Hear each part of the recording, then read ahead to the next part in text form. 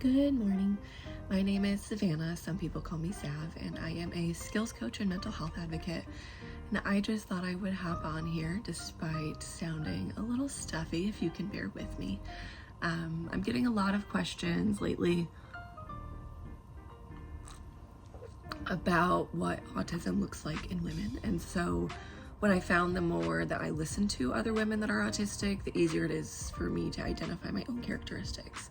But if you pick up Divergent Mind, there is also a lengthy chart in here that some people find helpful to kind of reflect on.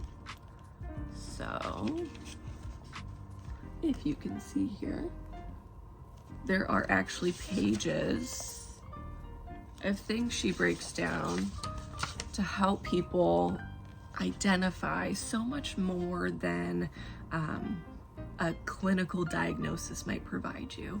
A lot of people are seeking validation from the traditional medical system and feeling let down when they don't get it or disappointed by what is offered to them. I want to encourage you to get the validation in the medical field if you need it, but think about why you're seeking that as well. The thing about autism and ADHD is it's always going to be there. It's part of the neurobiology, and it's something that we can work on and have a huge impact on ourselves through changes in our environment, especially through understanding our sensory experiences and learning how to relax or slow down so that our nervous system has a chance to recover, because we aren't meant to live in this hustle culture. I'm hearing that term used more, and I think that's really accurate. From the time I was, I think 17 is when I maybe started working my first paid job. That was through an institution, not babysitting. And I was told to get there early, that if I wasn't there early, that I was already late. And when I got to work, they told me that I couldn't clock in early because they didn't want to pay me the extra minutes. And so already I'm trying to meet expectations and told two opposite things. And yeah, I worked at Kmart. That was the first stop for me. I think they're all shut down now, but it was actually kind of a fun first job to have. I recommend retail as a good social environment. I love that there's the mix of people from everywhere end up in retail, and so it's kind of a fun social experiment, and that's how I enjoyed getting to know people there.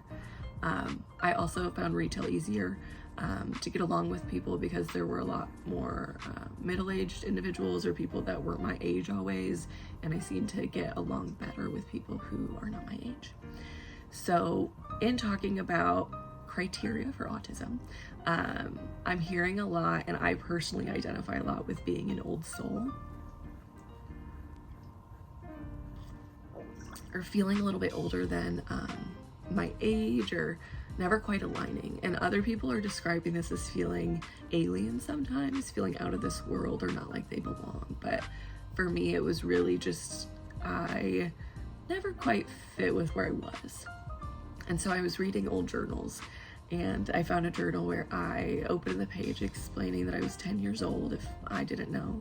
And I think I was in 4th grade at the time, and I was explaining that people already are looking at me like I'm a Purdue student, like a college cadet teacher or the teacher, and I don't understand, but I don't feel like the kids in my class. I feel like I'm 27 years old, and I thought that was so crazy to hear that even at 10 I felt 27. And that I could even think how old 27 was, because I think about other kids that I babysat, and at 10 years old, they weren't even contemplating what life was like after 18 or 20. And so it's not to say autistics don't have an idea of the future, but our sense of time, I think, is really warped and confusing. And so in adulthood, I thought it was just as you get older, time goes faster. But in autism, your sense of time can get off as well.